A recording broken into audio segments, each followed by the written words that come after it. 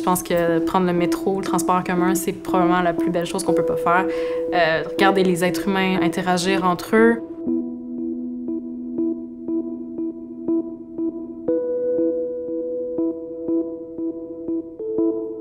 Je m'inspire beaucoup par les gens, par le travailleur, le monsieur au dépanneur du coin, les chauffeurs de taxi.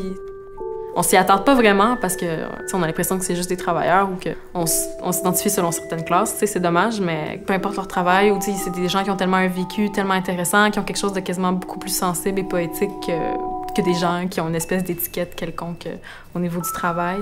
Quand tu parles à ces gens-là, ils ont tellement une belle vision de la vie et des choses.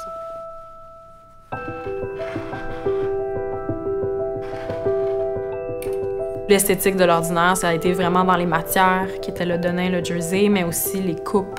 Puis l'idée, justement, aussi du vêtement du travailleur, avec les poches, le petit col, mais justement le rendre vraiment plus artistique, puis peut-être l'amener, le montrer aux yeux des gens, mais différemment. L'ordinaire, c'est un peu ça aussi. C'est des choses qu'on voit tout le temps, qui sont très communes. Le rituel du matin, la gestuelle, c'est des choses qui sont tellement habituées dans notre quotidien qu'on se rend peut-être pas compte à quel point il y a quelque chose de quasiment poétique là-dedans.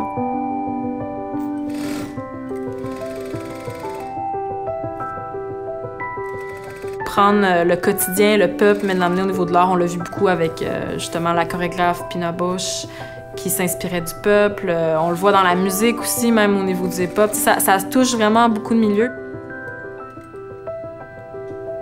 Je trouve ça intéressant de me dire que dans la créativité, on se rend compte qu'on n'est pas seul, parce que finalement, il y a tellement de gens qui, en même temps, dans un certain espace-temps, vont avoir la même vision des choses. Au final, je me suis inspirée de l'ordinaire pour l'élever à un niveau réfléchi et poétique à travers le vêtement.